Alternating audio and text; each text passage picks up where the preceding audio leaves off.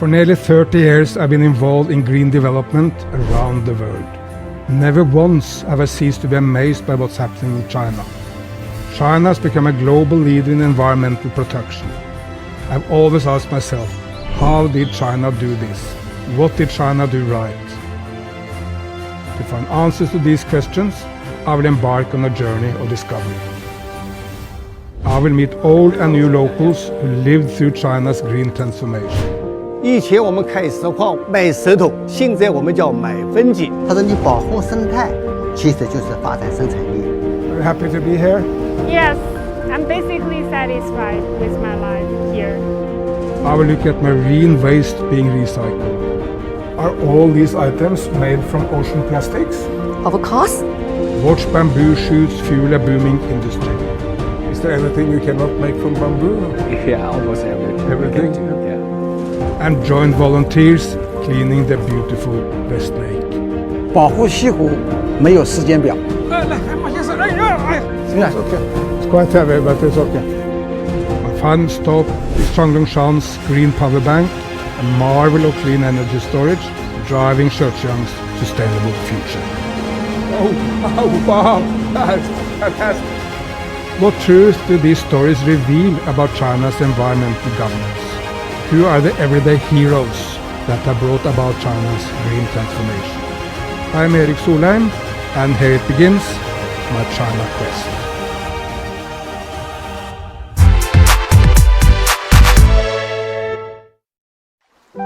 "20 years ago, this river was called the soya soup river. Not because it tasted though, but because it was brown and black from pollution. And look now, green and clean and with fishes. And I would love to go for a swim as soon as there is more water in the river. And I'm eager to figure out how did CHANG create this miracle. What happened to these rivers is just a small part of a much bigger picture. It says a lot about how things are changing in CHANG and in China. But to find out how it all began, I need to first visit a place only a couple of miles from here. Right here in Anji, in August 2005, then Party Secretary Xi Jinping made a famous speech. He said that green mountains and green rivers are as valuable as mountains of silver and gold. At the time, China was very polluted. The speech was a sea change, and now China is on the path to construct an ecological civilization. This is Yutsun village in Anji County, East China's CHANG province. Today, lush forests thrive, rivers run clear, and the village is buzzing with green tourism and sustainable growth. But it was not always like this. 20 years ago, Yutsun was known for its abundant limestone resources. Over half of the villagers used to make a living from mining.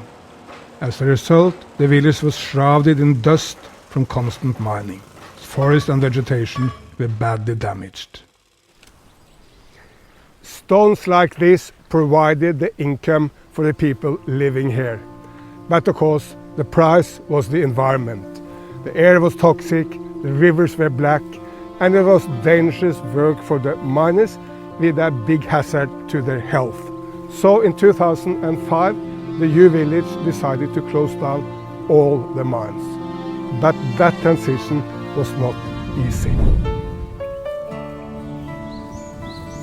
At the time, Hu Jiaren, one of the local leaders, played a key role in helping the village go through this difficult transition. 当时我们肯定开党员大会、村民代表大会啊，我们叫民主大会啊。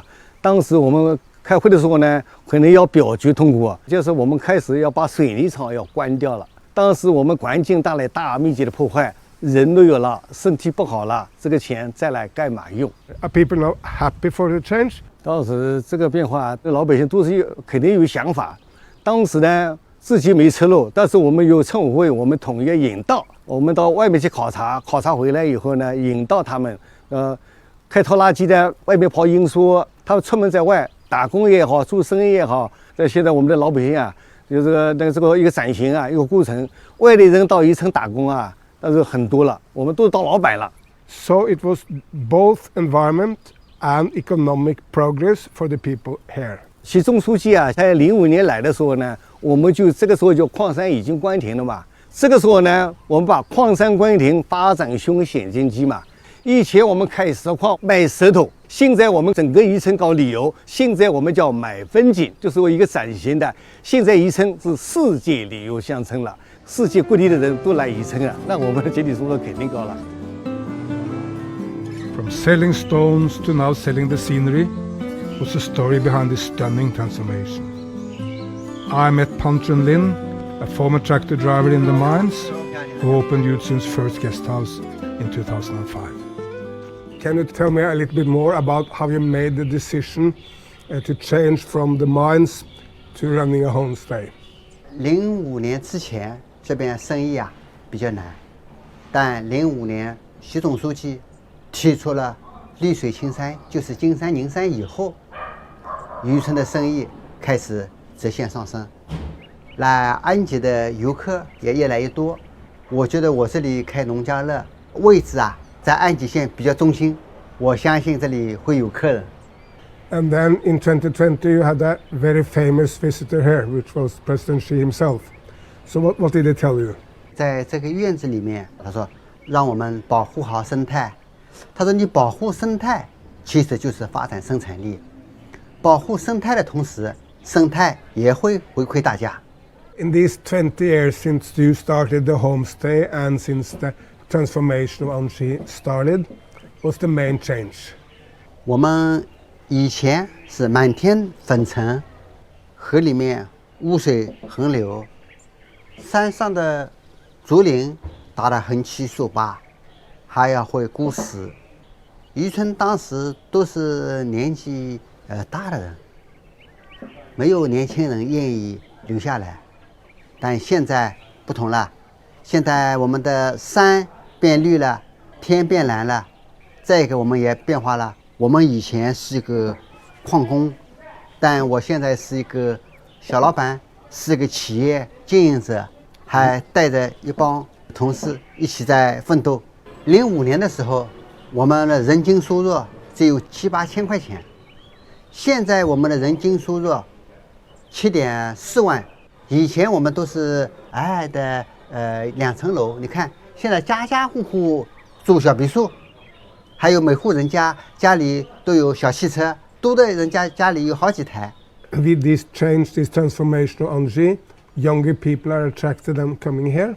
是的，我们的新业态、新经济人数已经达到1200人，已经超过了我们渔村的原住民。因为我们渔村有一个全球合伙人项目。The Village Global Partners Program that Paul mentioned began in July 2022.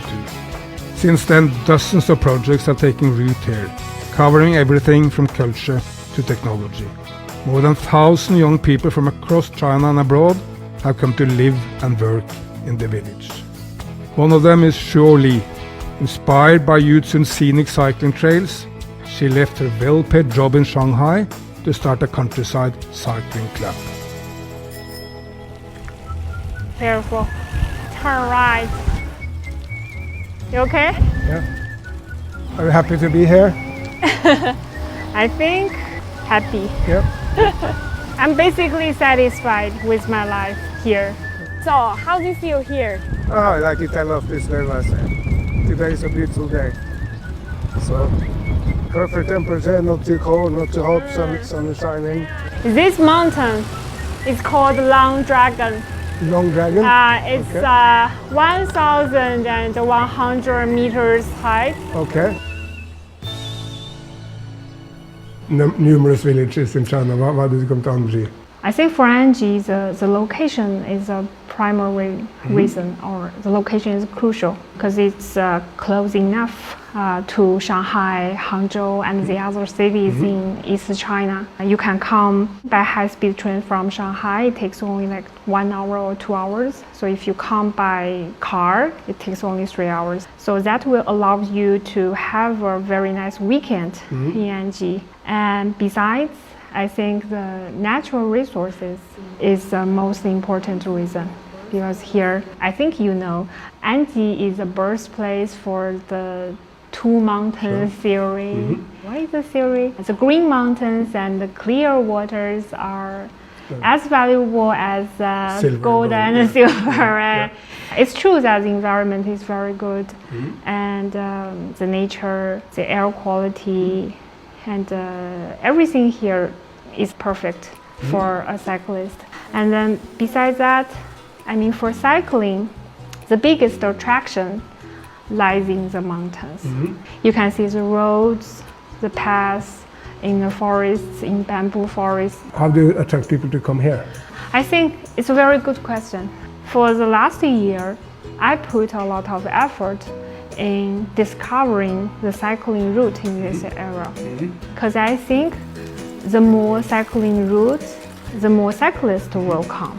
Because the urban cyclists are not very familiar with this rural area and the mountain area. So what I can do here is go deeper into the mountains to find out, to check out all the possible roads and paths, and make suitable routes for all level of riders, so that people will know that whenever they come to Anji, they will find their best match. And what was the reaction from the people? I think so far I received quite positive feedback from the people in this area, or from the cyclists from the cities, from Shanghai, from Hangzhou, from Hong Kong. They all like this place, and they can understand the reason why I choose here, because we are the cyclists, we have the same experience, and they also told me that this is kind of their dream life. But it's still a very brave decision when you have a life, have a set life. Shanghai is a wonderful city, and Anji is a small place. It doesn't have a city life like Shanghai. Actually, I didn't realize this is a brave decision, like you said. After I came here, people asked me this question again and again. Then I started to ask myself whether I was brave to give up some kind of life in Shanghai and live in this village.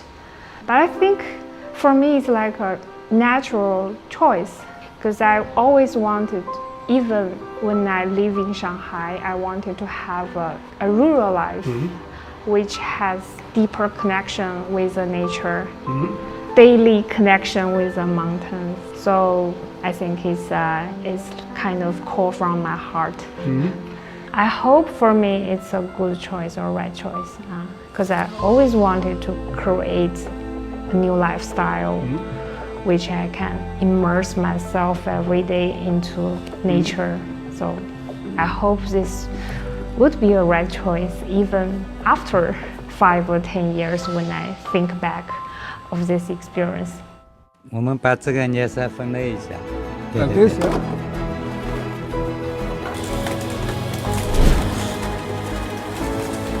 They call them the blue miracle. Are all these items made from ocean plastics? Of course. And while the mountains inspire a new way of life, down by the sea, another transformation is underway. The United Nations says plastic make up the largest, most harmful and most persistent share of marine waste, accounting for at least 85% of it. This has become a global crisis, demanding urgent action now. So what is China doing about it? In Taizhou, CHANG province on China's eastern coast, the answer is taking shape through the Blue Circle project. This groundbreaking initiative has started a new model that turns marine plastic waste into something useful, renewable materials that can be used again. But how does this system work? In a scene unchanged for generations, fishermen in this area head out before dawn, trawling coastal waters in search of a good catch. But nowadays they're just as likely to return with nets full of plastics as with fish. That's because the Blue Circle project pay fishermen and coastal residents to collect plastic waste, cleaning up the sea while supporting their livelihood. The Blue Circle project was launched with the support of the local government, and it pools resources from both enterprises and individuals. 主要是我们政府引领出台一些相关的政策标准，然后制定了这边的一个平台。那么企业呢，来主导，因为企业自己去运作，然后有一个市场化的收益，激发它前端收集人员的这个积极性，让这个整个工作可以循环起来，一直往前去推进。One key player in this effort is Blue Circle technology. Using advanced tools, the company has built a platform to track, collect and manage marine waste, while also finding ways to get the public involved. The company's collection hubs, known as the Blue Houses, are where ocean plastic waste end up after they are pulled from the sea. Here, waste is sorted and processed before beginning its journey from pollution to a new resource. Hello, Ningtao. Hello. I heard so much about this place. I think it's wonderful. I will show you around this way, please. Thank you so much. 这边是我们位于台州市浙江区的小兰之家。现在现场的工作人员在做一个分拣的工作。Can I try? Yes.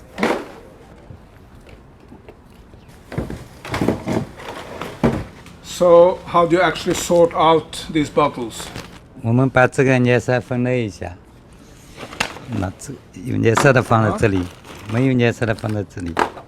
The color bottles go there. 对。This one there.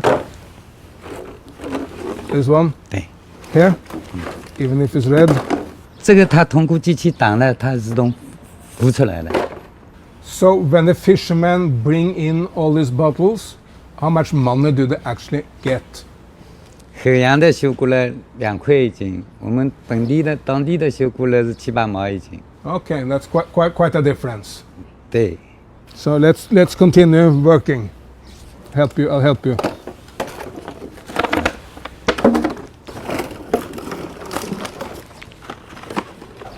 Once sorted, the bottles will be sent to a machine for compression.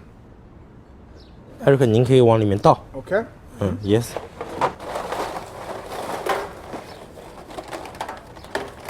那我们可以把它捋上去。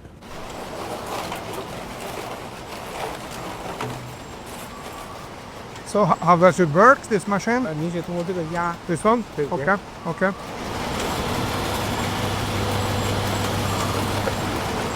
The compressed bottles are then secured into cube-shaped bundles using binding ropes. But this is not the final stop for these plastic bottles. From here, they will be sent to a recycling plant for a new journey. Veolia Huafei, a French-Chinese joint venture, is one such company that plays a leading role in China's recycled plastics industry. This is our warehouse. Okay. And you can notice that a lot of bills of bottles. Yeah. For the one bills, you can guess how many bottles you think it's high. Oh, it's huge. Many thousands, maybe 10,000.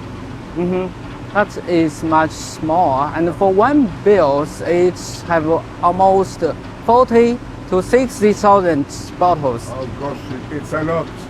And this you can turn into new products. Yes, all of this we will process it. After that, it can reused. So far, Veolia Huafei has processed nearly 10 million marine plastic bottles. So this bills is from washing Yeah. and ocean plastics. But what is the real difference between ocean plastic and plastic from land? You can notice that the color and it's different. For the ocean plastics, and it stay in seawater is longer, and the color is different. It's yellowish, and there are the higher salts, and the chlorine is also higher. Is it more difficult to recycle the ocean plastic because of the salt and other factors, or? Yes, the high salt, and you know in the sea waters, the chlorine is different than the tap waters. It's 100 times higher. Yeah, so we need to remove this. So this is very difficult.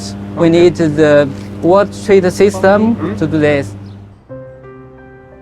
But if recycling ocean plastics come at a high cost, how can efforts like these remain sustainable in the long run?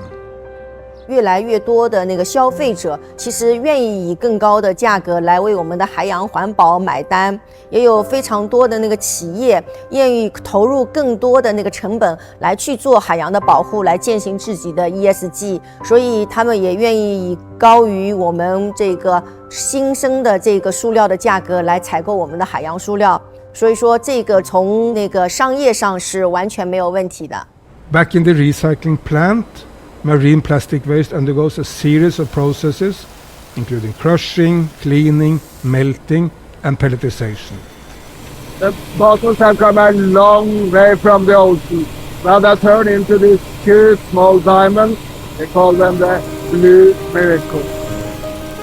Once they leave this factory, these particles are turned into consumer goods, like the shoes or the clothes we wear. Are all these items made from ocean plastics?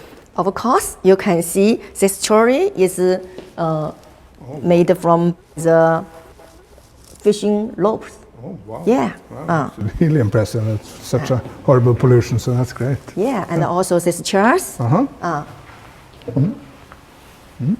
Yeah, you can see this all is made by the ocean plastic. Yeah. And this? Yeah, it's a scarf. Can you make these from fishing, from bottles, from Bottles. ocean bottles? Bottles. You can see it's made from 5 waste plastic bottles recycled from the oceans. Oh, it's unbelievable. You can turn bottles into this beautiful scarf. Yeah. So when you use the scarf, you can reduce 5 bottles in the oceans. Okay. Yeah. And how do I know? How do I know that you are not fooling me? You can see this have a QR code. You can see the visual traceability. Oh. Yeah, when you scan it, you can see collected by whom, stored by whom, and also transported, palletized, and proceed by whom. Well, that's truly, as you say, visual traceability. From coast to factory, each piece of plastic is carefully tracked via the Internet of Things and blockchain technology, making its journey fully traceable and transparent. For its efforts in tackling marine plastic pollution, the Blue Circle project was named the 2023 Champions of the Earth, the United Nations' highest environmental honor. 我们所有的创始人其实大部分都是来自台州，而且大部分人都是从小就在海边生活，从小在海边长大。他们对于海洋是有非常深的热爱，有感情在，所以大家也想为海洋做一点事情。同时的话，我们也有这样子的技术，可以来做海洋那个治理，来解决了我们原来海洋治理的过程当中不知道垃圾在哪里。也不知道垃圾收来之后，下游的就是各方的那个资源和人力物力的这个衔接，怎么样做能更好。Now the model is being scaled up, both across China and onto the global stage. 因为是从我们国家层面它也是把蓝色循环的模式在全国去推广。那么我们浙江省呢，基本上沿海的它都已经建立了这个模式，相应的收集和处置都已经打通了。我们的企业通过参与到蓝色循环，它也感受到了有很大的一个国际市场。那他们现在很多相关产业的企业，他们都在跟国际的相关的市场在对接，希望能给全球在这块贡献一个中国的力量。